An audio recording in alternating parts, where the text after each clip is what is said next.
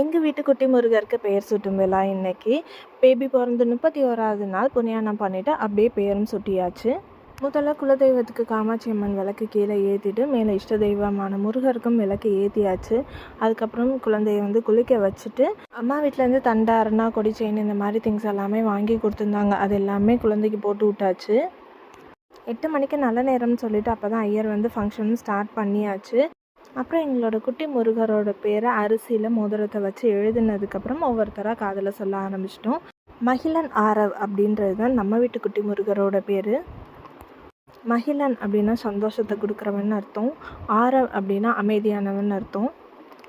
மகிழன்ற பேருக்கு முருகன்ற அர்த்தமும் உண்டு.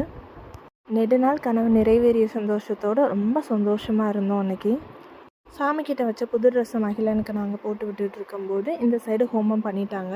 வீட்டிலே அம்மா சாப்பாடு எல்லாமே ப்ரிப்பேர் பண்ணிட்டாங்க.